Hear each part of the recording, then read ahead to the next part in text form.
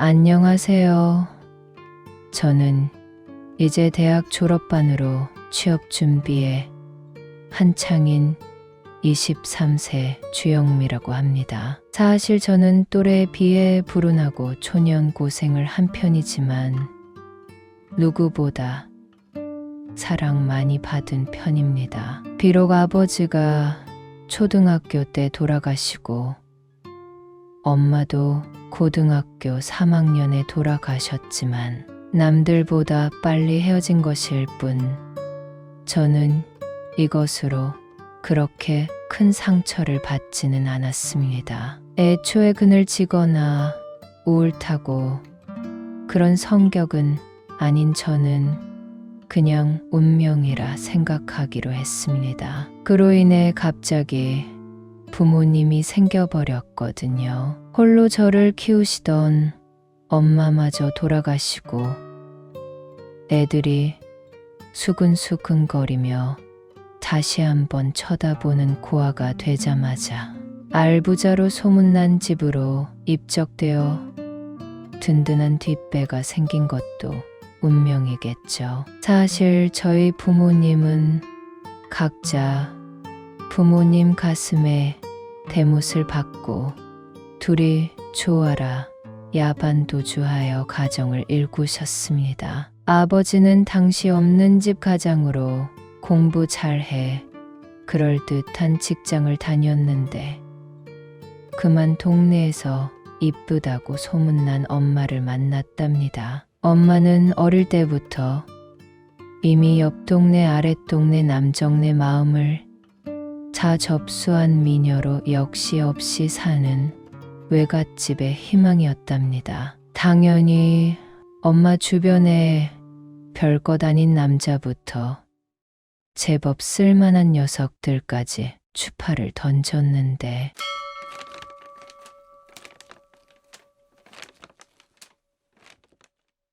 외할아버지부터 외삼촌은 눈에 불을 켜고 이들을 쫓아내기 바빴답니다. 우리 이쁜 딸은 절대 너희 차지가 안 될 것이라고 말이죠. 없는 살림에 아역배우로 키워보려고 강송국을 종종 대던 외할머니의 극성 덕에 엄마는 노래도 못 부르면서 지방 방송국 어린이 합창단에 들어갔답니다. 중간중간 마트나 사진관 홍보사진까지 찍기도 했고요. 그래서인지 저도 가끔 이쁘다는 말을 듣긴 하는데 엄마 발끝에는 못 미치고요. 그냥저냥 삐뚤어진 곳 없이 평범한 외모에도 왠지 모르게 눈에 띈다는 말을 주로 듣습니다. 아빠는 동네방네 신동으로 알려진 분이었는데 그냥 생긴 것만 보면 부잣집 도련님 같습니다. 얼굴 이목구비가 꼭 사비 연필로 그린 듯 선이 굵고 또렷한데 특히 눈동자가 아주 짙고 검습니다. 언젠가 관상 보시는 할아버지가 아빠를 보고 뭔가 해도 할 큰 인물이 될 거라고 하셨다 하여 기대감이 컸답니다. 당시에만 하더라도 그래도 먹고는 살만해서 뒷바라지만 잘하면 됐을 것을 외할아버지가 갑자기 정치인이 되겠다고 나대는 바람에 아빠 인생도 망했지요. 남자가 사업병, 정치병 걸리면 약도 없습니다. 둘 다 성공만 하면 여봐라 사람들을 호령할 수 있어 끌리나 본데 그런 호승심 충만하고 자만심이 내포된 남자들이 여자 특히 아내 말을 들을 리 없죠. 결국 2번 국회의원 선거에 출마했다. 낙방하며 할머니 친가까지 말아먹었답니다. 단칸방으로 이사간 처량한 국회의원 낙선자는 화병으로 몸져 눕고 몸고생까지 시키고는 허망하게 세상을 떴고 할머니는 아이들을 유일한 희망으로 삼아 사셨답니다. 아버지와 아버지, 여동생, 남매는 공부를 억수로 잘해 뜬구름 잡던 할아버지와 달리 뒷바라지할 보람이 있었다는데, 아무튼 그렇게 접점이 없던 우리 아빠와 엄마가 만나며 더 이상 떨어질 곳 없는 양가 어른들은 기가 막혔답니다. 게다가 그 잘난 엄마 아빠 뒷바라지 한다고 뒤로 처지던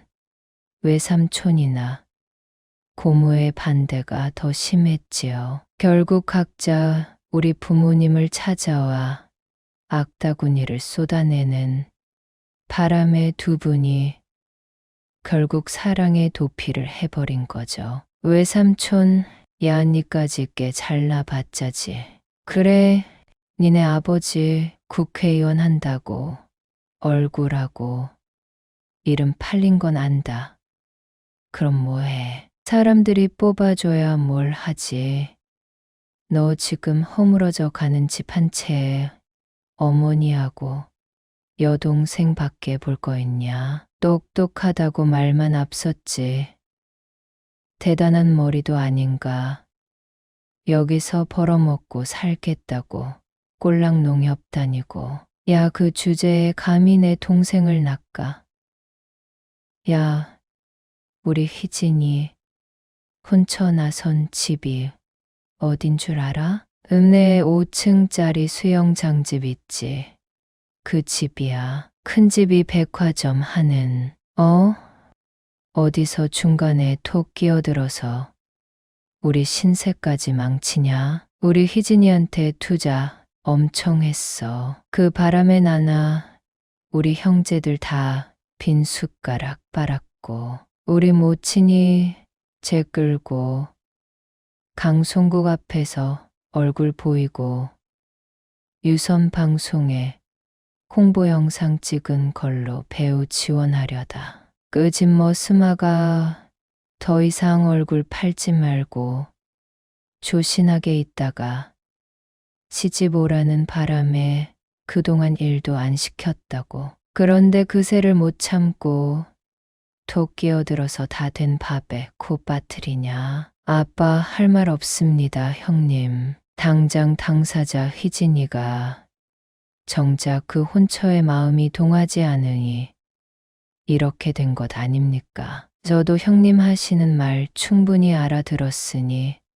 둘이 처가 도움드릴 방안 알아보겠습니다. 그냥 저희 좀 봐주세요. 처음 만났을 때 희진이 막말로 인생 낙이 없이 무척 힘들었습니다. 형님이 권하는 혼처 나선 그 집 남자도 진실로 사랑해서가 아니라 미모에 반한 거라고. 결국 친정 위에 시집 가야 하는 건가.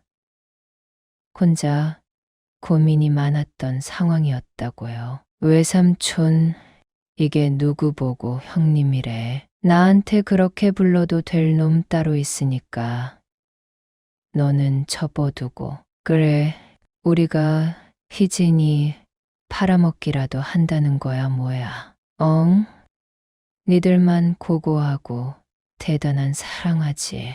그래, 그러게 니들은 우리하고 다르다는 거야. 형제들 부모가 먹고 입을 거 다 투자받은 놈들이라 다른 사람 생각은 요만큼도 안 해. 니들 산 그 세월 뒷받침 우리도 했다 이거야. 좋은 말로 할 때 떨어져라. 애들 풀어내 엄마 나물 바구니 다 뭉개버리기 전에. 나 농담 아니다. 나도 양보만 하고 키운 동생 신세 좀 보자. 잡거사. 아빠, 형님 모자르겠지만 제가 열심히 형님 도울게요. 저 언제까지 이렇게 있을 놈 아닙니다. 믿어주세요. 외삼촌 봐봐.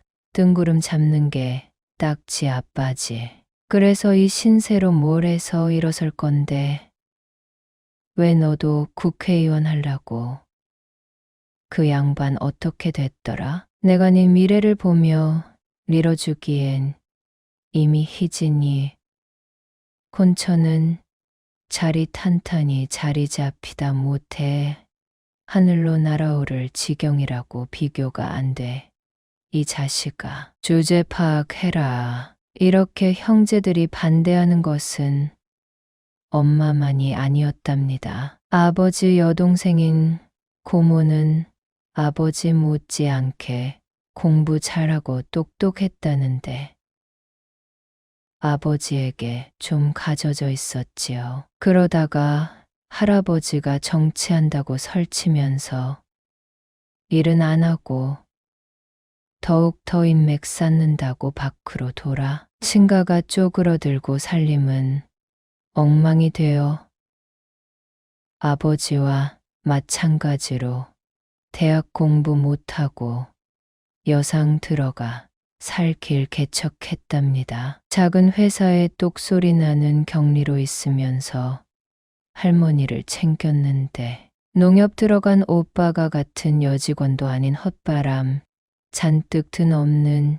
집 여자 만난다는 말에 대놓고 말렸답니다. 고모보다 한 살 어려서 학창시절부터 누난이던 외가 식구들을 잘 아는 고모가 엄마에게 찾아가 횡포 아닌 횡포를 부렸지요. 고모야, 이혜진 내가 너를 모르냐? 너희 엄마 그 가난한 집에서 빚내가지고 너 배우 만든다고 수업 빼먹는 걸 예사로 아는 양반이잖아. 방송국 쫓아다니면서 그 극성에 돈 없으니 TD집까지 청소하러 다녔지.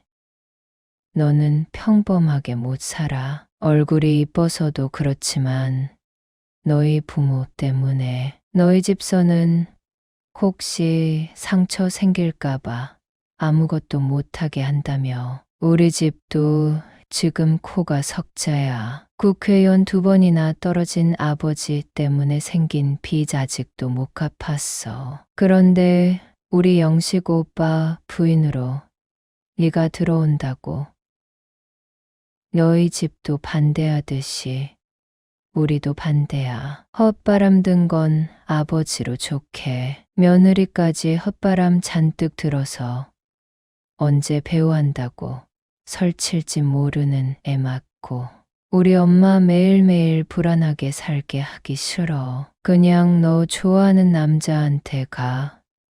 우리 오빤 아니야. 엄마 승경 언니 그만큼 제가 잘할게요. 배우니 모델이니 제가 하려고 한 게 아니에요. 일생 엄마에게 끌려다닌 것이지 한 번도 제가 좋아서 그러고 다닌 적은 없어요. 저는 영식 오빠처럼 얼굴이 아니라 있는 그대로를 봐 주는 사람이 좋아요. 저는 가난한 우리 집 이야기에 내가 빚 갚아 줄 테니 결혼하자는 사람보다 그래도 힘내라고 위로해주는 사람이 좋아요. 제가 그만큼 열심히 보답할게요. 속안 썩히도록 오빠하고 어머니 보필하며 믿음 얻을게요, 언니. 고모야 봐봐라.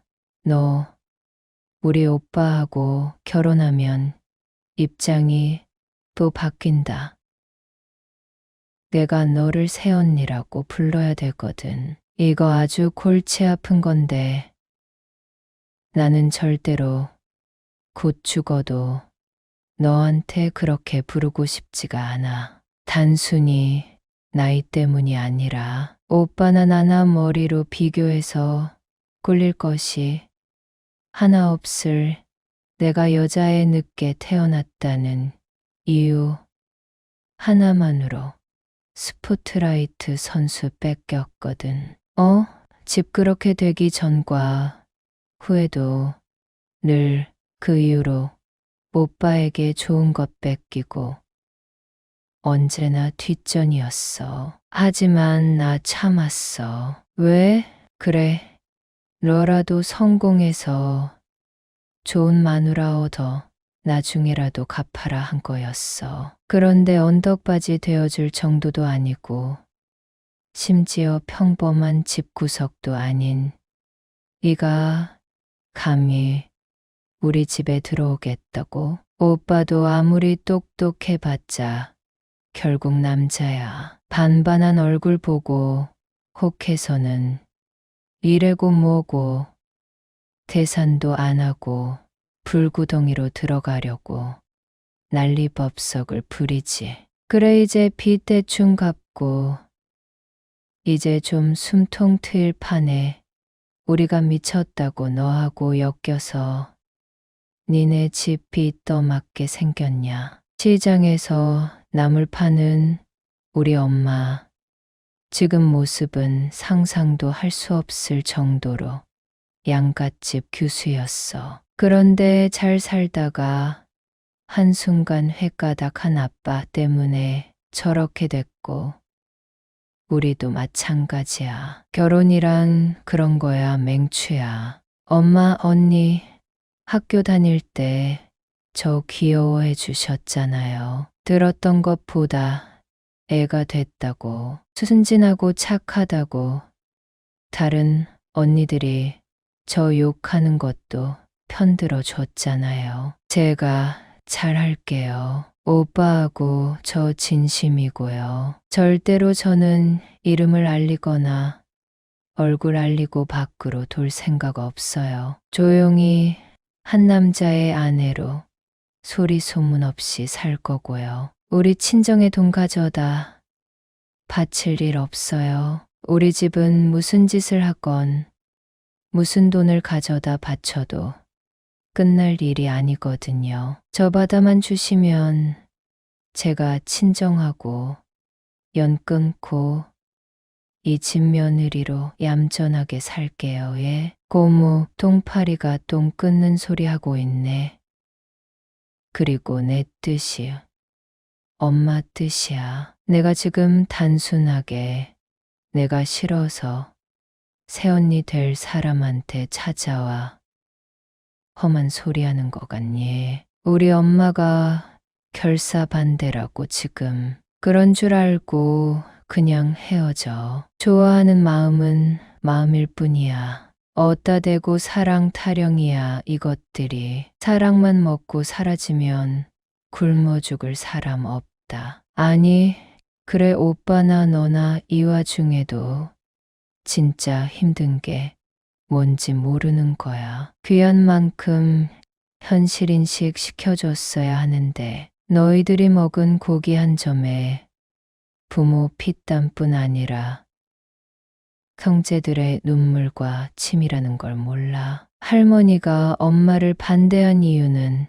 당연히 아버지가 감당할 여자 아니라고 생각했기 때문이죠. 정확히는 엄마 집안일 텐데 이미 외할머니의 외삼촌에게 뜯길 만큼 뜯긴 데다 마물 광줄이 숱하게 발로 채였답니다. 어지간만 해도 그냥 둘이 살아라 하셨을 텐데 외갓집에서 엄마는 없는 살림에 잘 키워낸 난초 같은 존재였습니다. 부잣집에 시집 보내 그 대가를 톡톡히 받아낼 생각이었죠. 그런데 야무지게 망해버린 우리 아빠가 난데없이 끼어들어 버리니 그 집이 눈이 뒤집어졌답니다. 애지중지한 데다 남자에겐 관심 주지 않았던 엄마였기에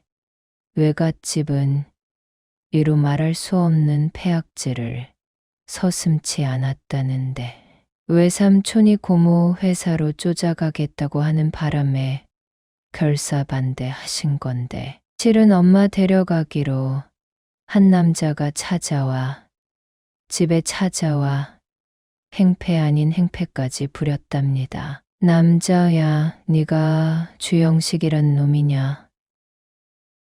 거기나 이런 집구석 살면서 희진이를 빼돌려? 야, 내가 정말 인간적으로 너 생각해서 말해주는 건데, 너 죽었다 깨나도 그 집안 감당 못해. 내가 희진이한테 꽂혀있기에 망정이지 솔직히.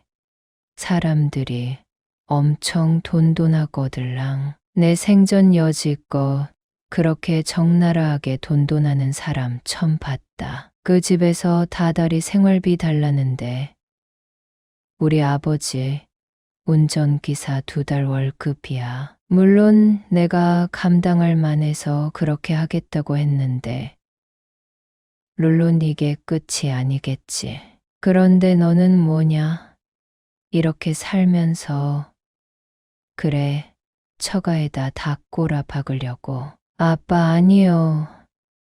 희진이는 자기 집 답 없다고 그냥 안 본다고 합니다. 툭 까놓고 말하면 저뿐 아니라 당신도 자기 부모 형제 욕심 감당 못하고 결국 정 떨어져서 이혼당할 거라고. 물론 그 집에서는 돈 보고 니는 거겠지만 진심으로 희진이 좋아하면 그냥 물러나는 것도 용기라고 생각합니다. 이렇게 가난한 저에게 빼앗기는 거 아니고 우리 둘 다 주제 파악이 된 거라고 생각해 주세요. 당장 희진이가 그 집에 시집가도 행복하지 않을 겁니다. 생활비 이야기에 수치스러워 했거든요. 남자, 아니 형씨 굉장히 감성적으로 접근하네.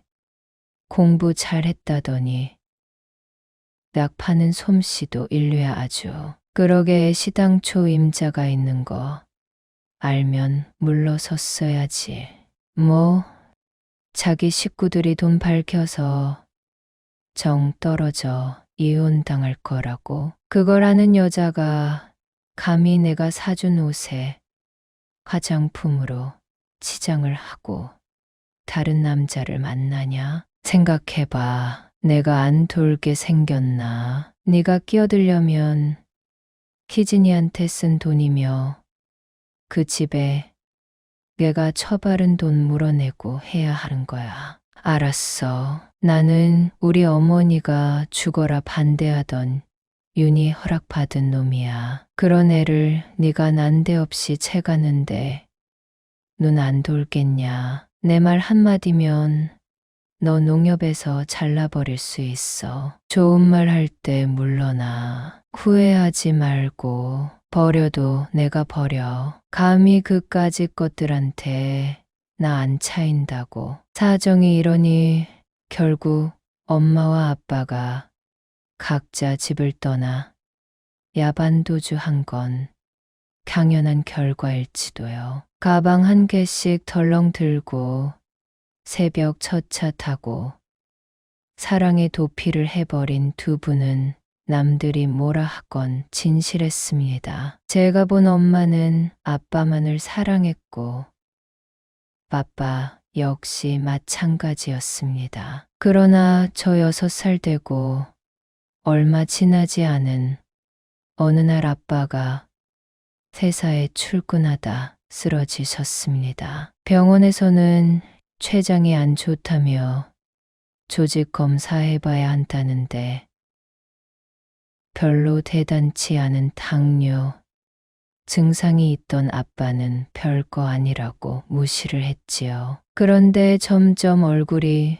노랗게 뜨면서 아빠를 본 누구라도 뭔가 잘못된 것 같다는 생각을 하게 될 지경에야 큰 병인 것을 알았지요. 양가 친척에게 연락할 수도 없던 엄마는 백방으로 아빠를 데리고 다니며 보였는데 굳이 그런 전문가가 아니라도 중병에 걸린 티가 역력했습니다. 이 정도면 수술을 해도 가망이 없으니 임종을 준비해야 할 것이라는 말에 엄마는 넋을 놓았고 그날 밤 저는 엄마와 아빠가 생전 처음으로 싸우는 걸 봤습니다. 아빠는 엄마 말에 생전 처음으로 무조건 싫다고 반대를 했고, 엄마는 저를 위해 무조건 자기 말에 따르라고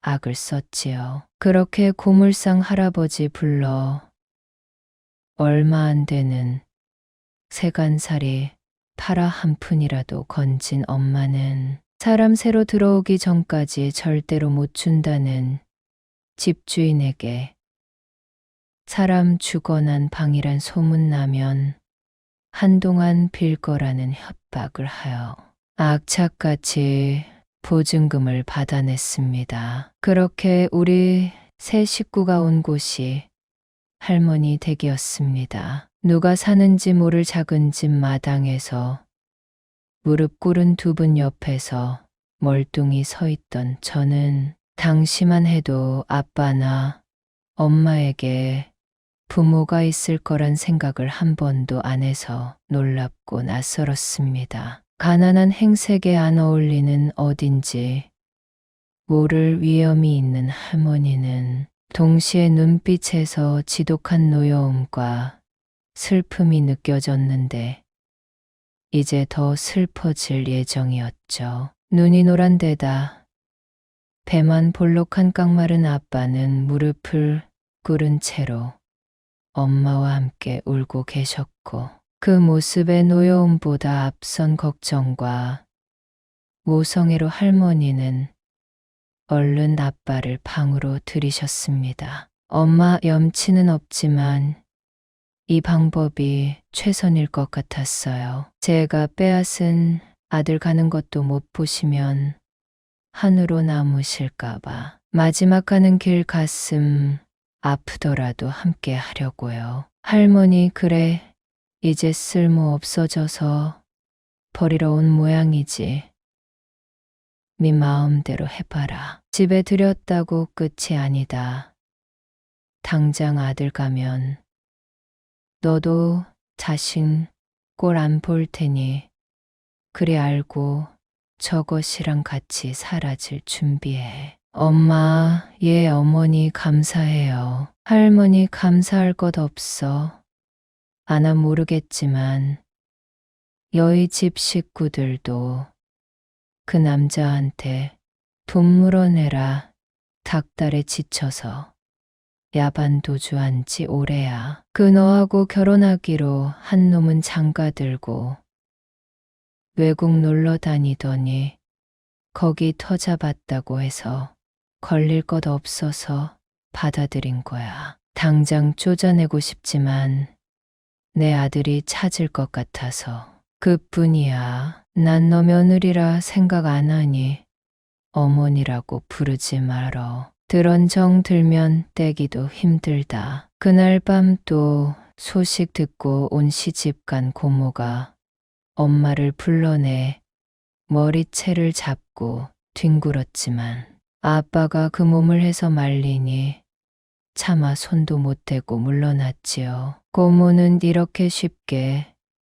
우리 식구를 받아들인 할머니를 용서 못한다며 뛰쳐나갔고 그렇게 1년을 버티다 기어이 아빠 가셨다는 소식에도 남처럼 문상 다녀간 것이 전부였습니다. 엄마는 아빠 살아생전 두 분이 더 같이 시간 보내라고 할머니 대신 마물 광주리 들고 가 장사를 했는데 사람들은 안 그래도 이쁜 엄마가 예전에 비해 너무 많이 상했다며 혀를 끌끌 찼습니다. 뭔가 섬세하고 연약한 미색을 가진 엄마가 아빠와 살며 고생해서 확실히 초라하게 빛을 잃었다는 거죠. 제 눈엔 세상에서 제일 예쁜데 이상한 일이었습니다. 할머니는 엄마가 저와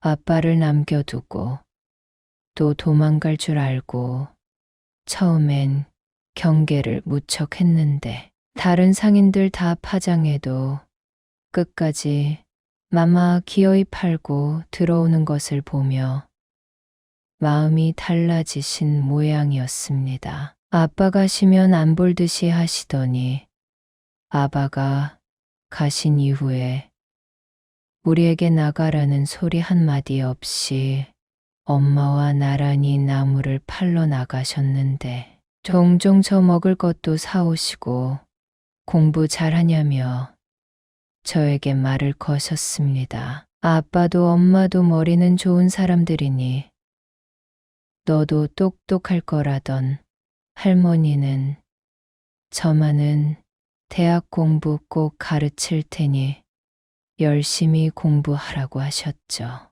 엄마 양가에서 반대가 너무 심해서 헤어지려고 했거든요. 그런데 영미가 생겼더라고요. 아이 생긴 거 알고 제가 모진 마음을 먹었는데 그이가 생겨난 생명 내치는 것 아니라고 결단을 내리더라고요. 사람들 피해 도망치자고 하더라고요. 어머니는 안 믿으시겠지만 그이 다른 사람하고 달랐어요. 다들 가난한 얼굴만 반반한 저를 쉽게 보고 접근할 때 진실되게 대해줬어요. 저 결혼하기로 한 사람도 저보다 우리 부모 신경 쓰고 타협하던 것과는 달랐죠. 꽃이 아닌 사람으로 절 대한 유일한 사람이었고요.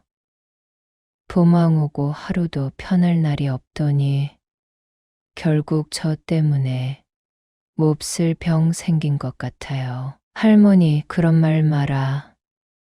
다 지난 일 이제와 시시비비 가리면 뭐하냐. 영식이 그놈 어릴 때부터 똑 부러진 데다 제 아버지 그렇게 된 후로 집안 살려야 하는 중압감으로 어깨가 무거웠어. 우리 사정에 좋은 혼처자리 나서 받자에 그나마 지가 좋아하는 여자하고 살며 애까지 놓고 갔으니 여한은 없다더라. 나도 그놈 없이 근 7, 8년 혼자 되어 보니 알겠더라. 녀석이 그 나이 먹도록 낙이 없었구나. 제 잘못 아닌 일로 집구서 이렇게 나 앉았을 때도 불평 한마디가 없던 놈이었거든 걔가. 안으로 섞어 들어간 세월 때문에 그런 거지. 그나마 너 아니었으면 가는 것도 못 봤잖냐.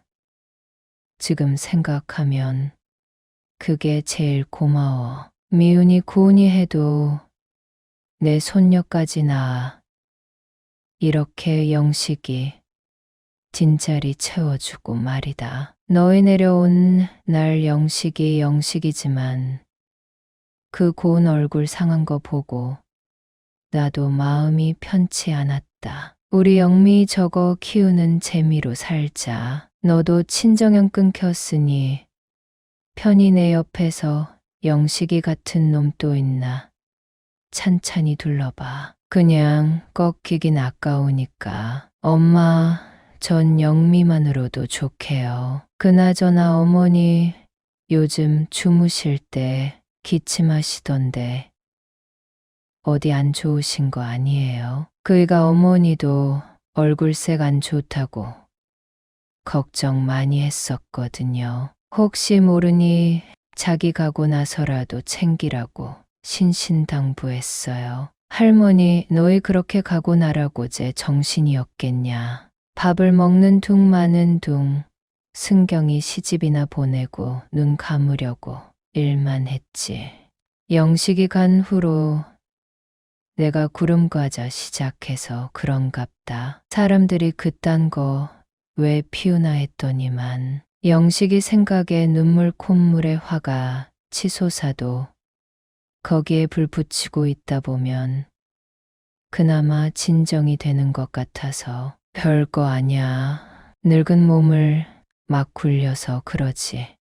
이렇게 며느리의 손녀 거느리고 살게 될 줄을 모르고서 말이지. 사실 아빠 가시고 집에서 쫓겨날 것이 제일 걱정이었던 저는 이런 엄마와 할머니의 돈독한 모습이 보기 좋아서 학교 마치면 늘 두 분이 계신 장터에 나가 같이 있었습니다. 저 숙제할 동안 벽에 기댄 채로 까무러치듯 엄마가 주무시면 할머니 옆에 뉘어드리며 행복했습니다. 아빠가 죽으면 엄마도 따라 죽을 것 같다는 묘한 상상을 하던 저에게 할머니는 엄마의 죽음을 막아준 은인으로 호들갑스럽게 표현하시지는 않아도 저희를 무척 믿고 의지하며 사랑하고 있다는 것을 알았지요. 우리가 들어오면서 연이 끊긴 고모 때문에 마음이 무거웠지만 할머니는 그래도 본인이 똑소리나 시집 잘 가 사니 굳이 오고 가지 않아도 된다며 태어나셨지요. 그러나 제가 중학생이 되자 할머니는 팍팍 늙어갔습니다. 어제보다 오늘 더 늙어 보이는 하루하루가 반복되면서 엄마 혼자 일 나가는 일이 잦아졌는데 내 아빠가 이랬었다 저랬었다 추억에 젖어 절 붙들고 이야기하는 그 순간이 유일한 낙이었을 겁니다. 그렇게 남편 뒷바라지 하다 몸다른 양갓집 규수가 아빠 돈벌이 하며 한숨 돌리나 하던 차에 아빠가 그러는 바람에 삶을 포기하며 간신히 숨만 쉬고 살던 할머니는 버티다 한순간에 강전되어 버린 것 같았습니다. 그렇게 학교 다녀오겠다는 제 인사의 혀가 다싹 나른 듯이 어눌하게 인사를 받으시더니만 점심 차려드리려고 들어온 엄마가 쓰러진 할머니를 발견해 병원에 들쳐업고 달려간 3주 후 돌아가시고 말았습니다. 할머니는 밤에 간간히 깨어 잠든 우리 모녀를 물끄러미 바라보시곤 했는데 어느 날 저 혼자 깬 날 할머니가 저에게 소곤소곤 말씀을 하셨었지요. 할머니, 아빠 보고 싶지, 영미야? 나도 그래. 할머니 이제 그렇게 보고 싶던 아빠 보러 갈 거거든. 그렇게 바라던 일인데 너희 두고 가려니 이제 망설여지네. 그러게 사람이 현명하게 살아야 하는 거란다. 순진한 내 아들 꼬연에 달아난 구미호 같이 그렇게 미워 죽겠던 것이 얘 손주나 키우며 살고 있을 줄 누가 알았으며 머리 쥐어 뜯길 것 뻔히 알면서도 할머니한테 아들 데려와 보일 줄 누가 알았어. 할머니가 아빠 만나서 엄마하고 우리 영미 잘 있다고 전해줄게. 그리고 이거 할머니가 주는 선물. 나 할머니 그런 말씀 마세요. 친구가 그러는데 자기네 할머니도 10년 전에 쓰러지셨는데 아직까지 정정화됐거든요. 금방 일어나실 거예요. 저흰 할머니 없으면이 동네 살 이유 없어요. 선물도 필요 없고요. 한 20년 후에 주세요. 할머니 알았어. 아무튼 지금 내 하는 말 잘 들어. 이거 내가 그 야단 법석인 난리통에도 간직해온 거야. 제법 무겁지.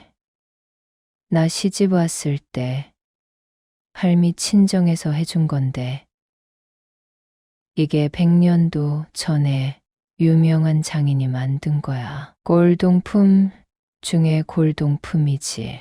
할머니의 엄마도 화롯 입고 전통을례 하며 이 비녀를 썼어. 이거 귀한 거야. 이게 칠보란 건데 손이 무척 많이 가는 세공으로 한 거란다. 양반가에서나 쓰는 거지. 가지고 있다가 힘들 때 써. 이거 승경이 고모가 자기 달라고 눈도 엄청 들인 건데도 안 줬던 거야. 임자 만나면 톡톡히 받아낼 수 있을 거다. 너희 엄마도 몸이 약해서 내가 혹시나 하고 주는 거야. 영미 너는 꼭 대학 마치라고. 나 A 필요 없다니깐요. 할머니 20년 후에나 주라니까. 나 시집 갈 때 이쁘긴 이쁘네요. 알겠어요. 잘 보관할게요.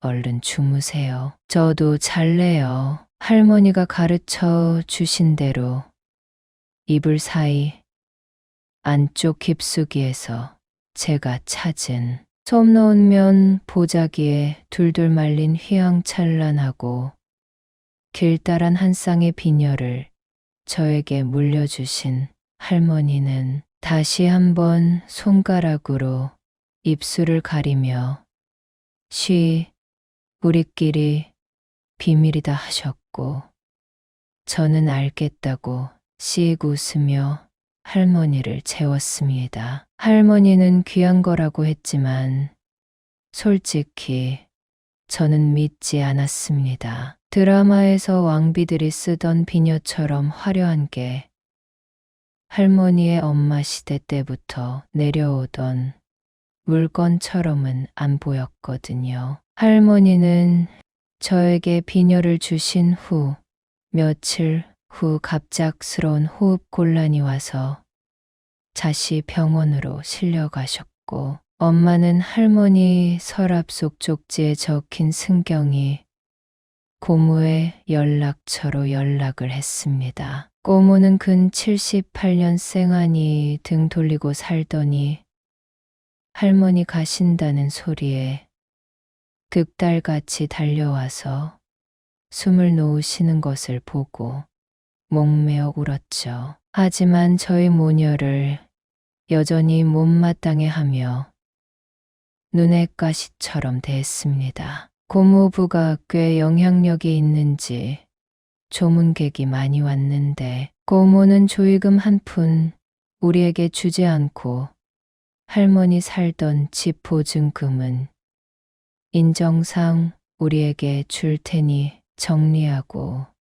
이 동네를 뜨라고 매몰차게 굴었습니다. 다만 비녀는 자기 달라며 할머니의 장롱을 뒤졌지요. 고모 그거 너희들이 가질 물건 아니야. 대대로 우리 엄마네에서 물려내려온 거야. 어딨니? 너희 본 적 없어? 엄마 글쎄요. 저는 모르겠어요. 어머니 물건은 뒤져본 적이 없는 데다 아직 유품 정리도 안 끝나서 혹시 누구 주신 게 아닐까요? 고모 뭐? 그걸 누굴 줘 이제 보니 혹시 네가 벌써 팔아먹은 거 아니야? 그게 얼마짜린데 이거 사. 그래도 우리 엄마하고 살면서 너늘이 노릇한다는 소리에 봐주려고 했는데 그럼 그렇지. 진작에 해먹었구나. 언제 빼돌렸니? 이 못된 거사. 그게 어떤 물건인지나 알고 모른다고 발뺌이야. 시치미도 상대 봐가면서 헤이거사. 이럴 줄 알고 내가 받아주지 말라고 이야기를 했는데도 기어이 이 꼴을 당하고 집안 가보 날려먹는구나. 이 못된 것들 죽어버려. 나 우리 엄마한테 뭐라 하지 마요. 결국 고모는 우리 핑대대며 할머니 버린 거 아니에요. 아무리 싫어도 그 못된 우리 둘하고 사는 집에 할머니 보러 한 번을 안 오고 연락 한 통 없고 걱정이 되긴 했어요. 정말로 우리 아빠 괘씸해서 용서 안 된다는 그것도 고모 편하려고 이유대고 핑계대는 거 아니냐고요. 우리가 못 믿어오면 더 들여다봤어야죠. 뭘 믿고 우리에게 맡기고 소식 끊다가 이제 와서 비녀 찾아요. 할머니가 진작에 엿 바꿔 먹었지. 고모 주려고 남겨뒀겠어요. 고모는 이런 제 말에 번개를 맞은 듯이 그 자리에 멍하니 서 있었습니다. 그 모습에 뭐 특별하게 의미를 담아 한 말은 아니었던 저도 그만 딱 그 자리에서 굳어버렸지요. 실은 저는 승경이 고모가 좋았습니다. 우리 아빠와 너무 닮은 승경이 고모는 머리만 짧다고 상상하고 보면 우리 아빠였거든요. 그래서인지 저는 아빠 돌아가시고 고모가 엄마와 저를 비난하고 할머니를 향해 펄펄 뛸 때조차도 무서움보다는 반가움이 더 많았습니다. 게다가 고모의 태도로 시장에서 한 2, 3만 원 주고 산 것 같은 비녀가 정말로 귀한 것이로구나 실감을 했어서 절대 안 빼앗기려고 제 발이 저려 고모를 공격한 것이었죠. 고모는 우리 엄마에겐 뭐라고 해도 저는 어려서 그런지 봐주는 편이라 제가 이렇게 엄마를 가로막고 대들자 멍해지더니 고모부와 함께 돌아갔습니다. 그렇게 우리 모녀는 아버지가 가신 집에서 할머니까지 보낸 그 집에 눌러 살았습니다. 고모가 여기를 뜨라고 했지만 엄마는 일생을 걸쳐 사랑하는 세 사람 중 둘을 떠나보낸 이 집에서 움직이지 않았습니다. 아빠와 할머니의 제사상을 챙기는 날에는 우리 두 모녀는 지난 추억 이야기를 도란도란 하였는데 엄마는 외할머니보다 할머니에게서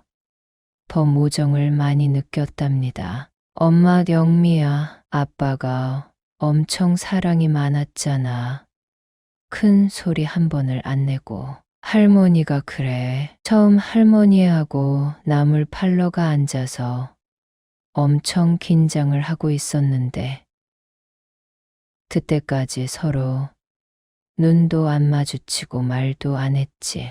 하긴 그때 나 혼자였으면 대번에 쫓겨났을 텐데 영민이가 있어서 차마 나가란 소리를 못 하시더라고. 그래서 나도 뭉개버렸지.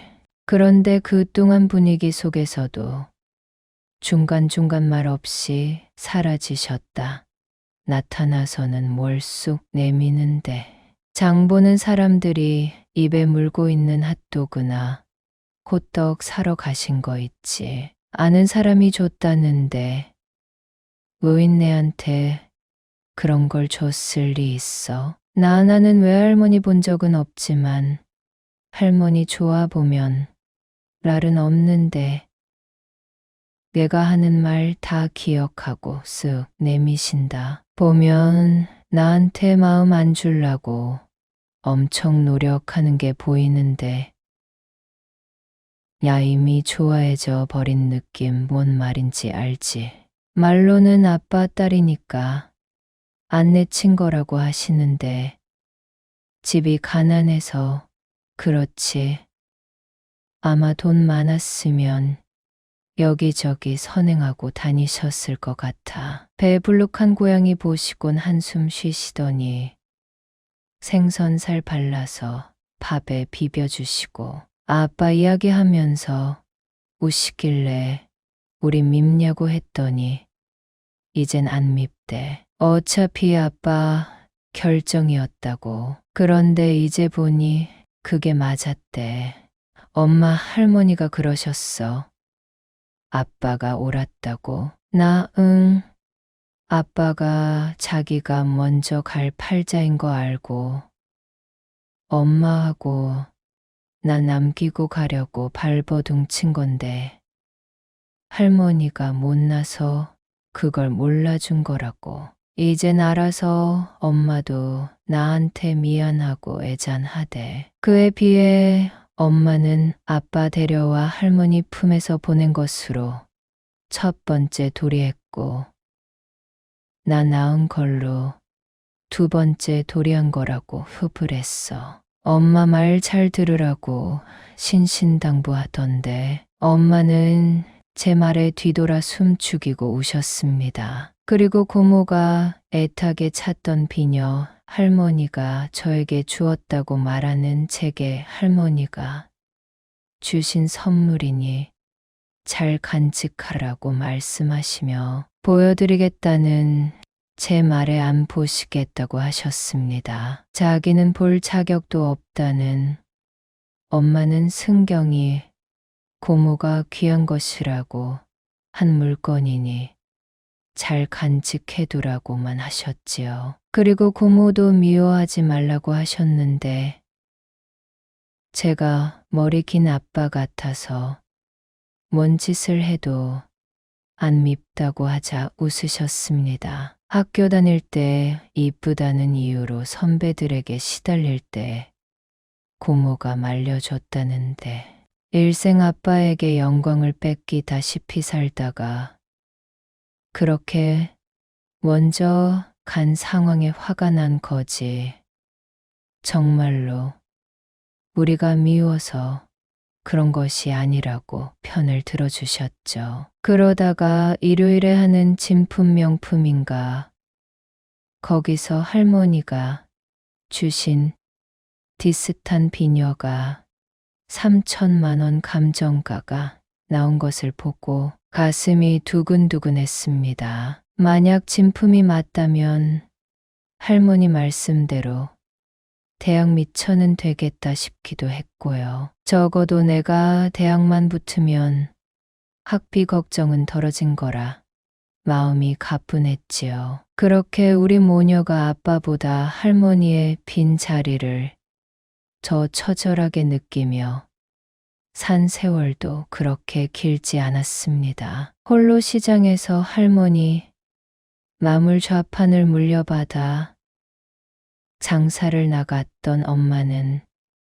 차장 무렵에 다른 상인이 물건 걷는다고 시장 안으로 들어와 후진하던 트럭에 치이셨답니다. 급히 몸을 피해서 변은 면했지만 너무 놀라 엎어지는 바람의 땅에 얼굴을 좀 다치셨는데 당시 고등학교 3학년 한창 수험생이었던 저에게 무조건 괜찮다고만 하셔서 저도 그런가 보다 믿었습니다. 엄마는 한쪽 이마가 부풀더니 나아지지 않고 점점 심해졌고 한 달 정도 지난 어느 날 갑자기 아침에 일어나시지 않았습니다. 제가 급하게 119를 불렀을 때 이미 사망 상태로 돈도 없고 부를 사람도 없던 저는 거기 간호사님의 조언대로 딘소 없이 엄마를 화장하여 우리 동네 들어오는 나무 밑에 뿌렸습니다. 버스에서 내린 할머니와 엄마가 빈 광주리 들고 그 나무 밑을 지나오시는 것을 자주 보곤 했거든요. 미천 하나 없는 할머니가 소쿠리 하나 들고 아빠를 거두었듯이 엄마도 그 광주리를 물려받아 저를 키우셨는데 저는 할머니의 유언이나 다름없는 대학 공부에만 매진하기로 했습니다. 할머니의 흙내나는 손을 물려받은 엄마는 더 이상 동네방네 예쁘다고 소문난 아가씨가 아니었는데 결국 수명이 길지 않은 미모 때문에 좋아하는 남자와 양가 집안 와해시킬 정도로 힘들게 이어진 엄마 아빠처럼은 안 살기로 했습니다. 어차피 엄마처럼 예쁘지 않은 저는 이제 부모, 형제, 친척 하나 없는 고아이니 앞으로 날 살릴 것은 배움뿐이었지요. 그렇게 엄마를 떠나보낸 슬픔을 밑거름 삼아 저는 열심히 공부했고 서울에 있는 대학에 합격을 했습니다. 그러자 새로운 걱정이 생겼는데 엄마가 몸져 누운 그동안 엄마를 닥달하면서 병원 여기저기 쫓아다닌 데다 빈소 마련하지 않고 다음날 화장을 했음에도 수인이 원이 들어간 돈만 근 1,000만 원이라 엄마가 저를 위해 모아둔 통장에 잔금은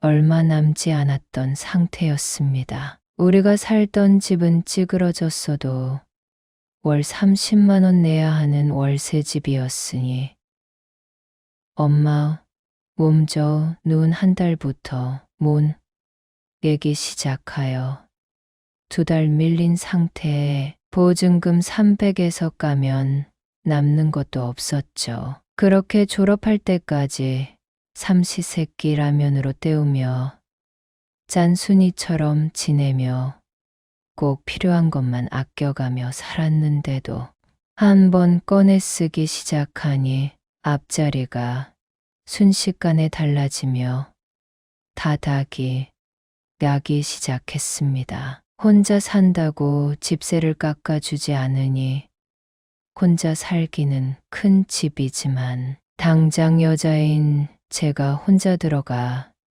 잠깐 살 집 구하는 것도 이래 결국 돈이 들어서 5개월은 아깝지만 감내하며 살았다가 대학 합격 이후로 바로 서울로 터전 잡아 떠나기로 결정을 했습니다. 결국 궁리하던 저는 할머니가 하고 다니시던 비녀를 맡기고 돈을 빌리기로 했습니다. 비록 시커멓게 닳긴 했어도 그건 은이라 그런 거고요.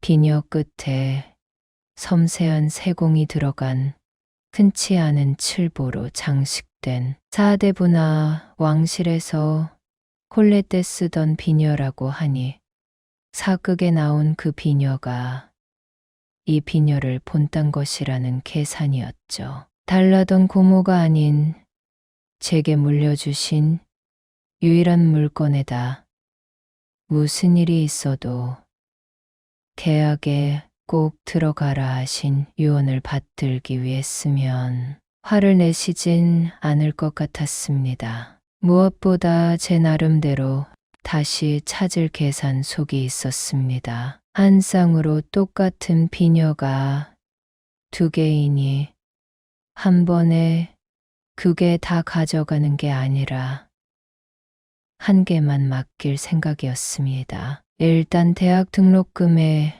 기숙사건, 어디 들어갈 돈 200만 원만 받고 잠시 맡긴 과외를 하건 편의점 아르바이트를 해서건 돈을 마련해 다시 찾을 생각이었습니다. 분명 이 물건을 알아볼 사람은 조회가 있을 테니 한 개 덜렁 사지 않고 나머지 한 짝을 사려고 제게 연락을 시도할 것이 틀림없으니 몰래 팔기는 불가능할 거고요. 집구석에서 나름 머리를 굴린 저는 제가 할 말을 예모지에 적어 수없이 외우고 익혔습니다. 당당하고 최대한 심금을 올릴 생각으로 말이죠. 그렇게 홀로 시장에서 나물 팔아 날 키운 엄마가 돌아가시고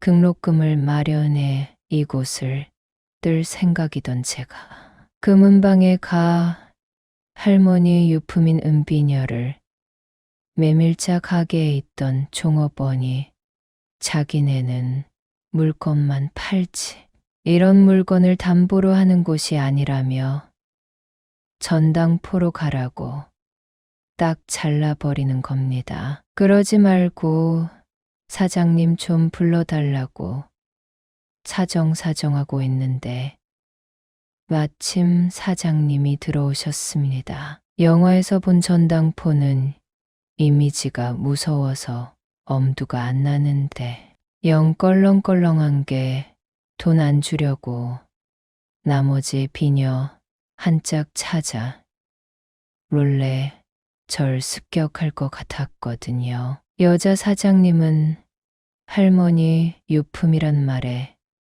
저를 어림짐작하시며 일 저질렀으면 어른하고 상의해야지. 이런 조부모 유품 함부로 돌리는 거 아니라고 대뜸 혼을 내셨습니다. 어차피 자기는 금이니 은이니 물건 받아다 타는 사람이지 인사동에서 장사하는 분들처럼 조예가 깊은 사람이 아니란 것이죠. 저는 일단 아예 팔려는 것이 아니라 잠시 맡겨두고 돈 마련에 다시 찾을 생각이라고. 일단 한번 보시고 이것을 담보로 돈 좀 빌려달라고 사정을 했습니다. 우리 할머니의 엄마가 혼례 때 화롯 입고 머리 장식에 쓰던 귀한 물건이라는 말을 저는 믿었습니다. 사장님은 여전히 저를 탐탁치 않은 표정으로 보시면서도 비녀라더니 뭔가 길쭉한 보자기를 들고 있는 저를 보고 호기심이 발동하신 것인지 한번 보기나 하자고 청하셨는데 덜덜 떨면서 제가 그걸 풀어서 보여주자 표정이 이상해졌습니다. 금은방 사장, 이거 나 본 건데 잠깐만 아가 저기 앉아봐. 자세히 좀 보게. 김구나 주스 좀 내줘. 한 10분만 기다려줄래?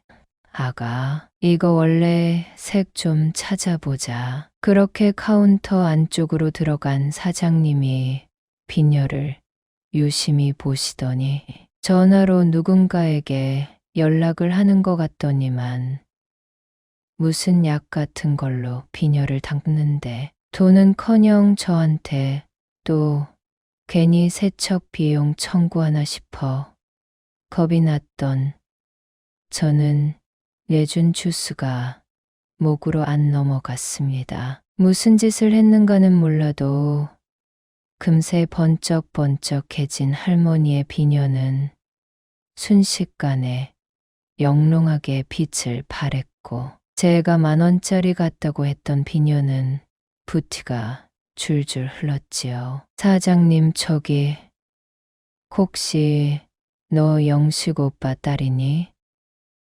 내가 승경이 친구거든. 고모 알지?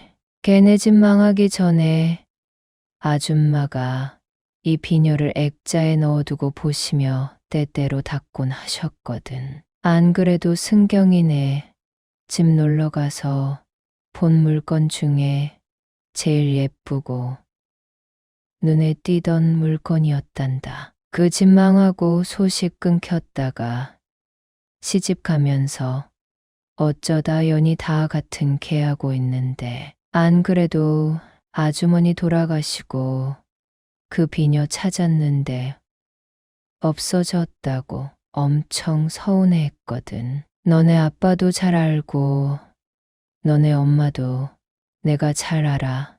딸 하나 있다더만. 네가 영식 오빠 딸 맞지? 예. 할머니가 돌아가시기 전에 무슨 일이 있어도 대학 가라고 혹시 모르니 이거 가지라고 하셨어요. 고모가 탐내긴 하는데 고모는 어차피 잘 사니 고모보단 저에게 더 필요할 거라고요. 그래서 고모가 그거 찾을 때 가만히 있었거든요. 혹시 아까 전화한 게 고모예요. 이거 걸리면 그때 시침이 뗀 것까지 얹어서 엄청 혼날 텐데. 안 그래도 우리 엄청 싫어하거든요. 그거 주세요. 다른 데 갈래요. 사장님, 승경이가 아니야 얘. 사실 너네 엄마 희진이 우리가 엄청 이뻐하던 애야. 물론 악연이 되었지만 찝쩍거리는 남자애들 우리가 쫓아주고 그랬어 얘. 영식 오빠 그렇게 되고도 할머니 모시고 잘 살아서 그래도 고맙다고 했는데 너희한테 까칠하게 군 건 지가 못나서 감정 가진 거지. 너희 모녀 덕분에 자기 엄마 걱정 덜었다고 엄마나 편안해 했는데 솔직히 아줌마하고 감정이 쌓인 거야. 나름대로 영식 오빠한테 가려져서 난이 양보하고 살면서 네 아빠 도망간 후로 네 고모가 많이 고생했다. 시집 갈 때도 그 일로 얼마나 말이 많았던지. 아무튼 자기도 여의 엄마 아빠한테 감정 쌓인 마당에 상해 한마디 없이 덜컥 맞아들이니 서운한 거야.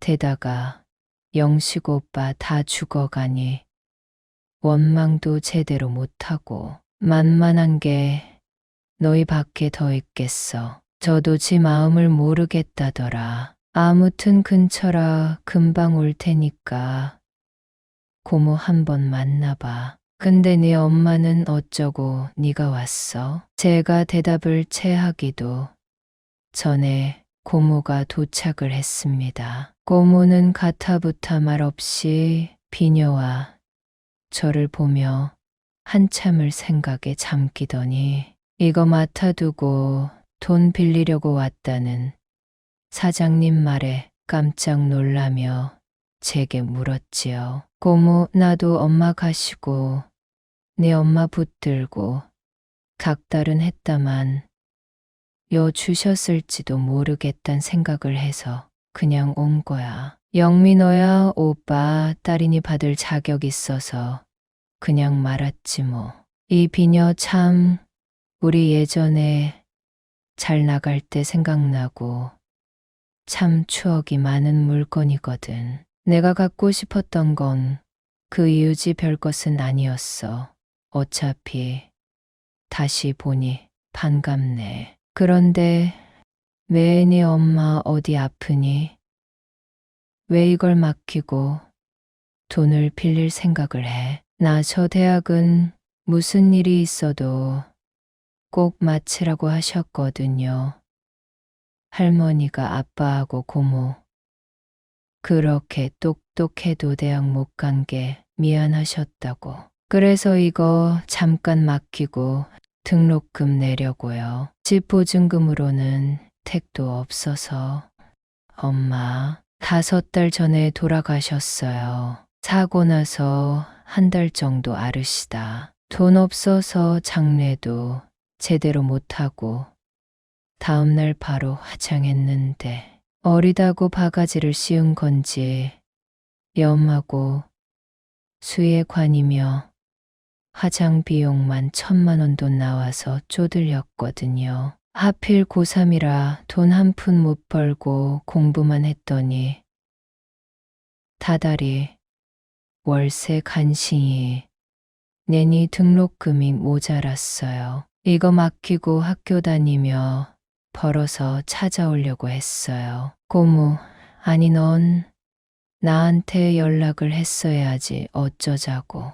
하긴 내가 뭐 그 상황에 연락할 정도로 좋은 고모는 아니었다만. 아니 그래도 내가 아빠 동생인데. 그래, 너희 아빠 갔을 때도 그렇고 할머니 보내고도 그렇고 나한테 연락하고 싶지 않게 굴긴 했다만. 아니 그래도 어쩌자고 그렇게 혼자. 아 나는 끝내 내 엄마한테까지 미안하단 소리도 못하고 그렇게 보내는구나. 아직 젊으니 화해할 시간 충분히 있을 줄 알았더니만 어쩌자고 그렇게 마음에 밟히면서도 뭉개고 살았는지 나는 몰랐다. 어쩌냐 영미야. 나 어쩔 수 없지요 뭐.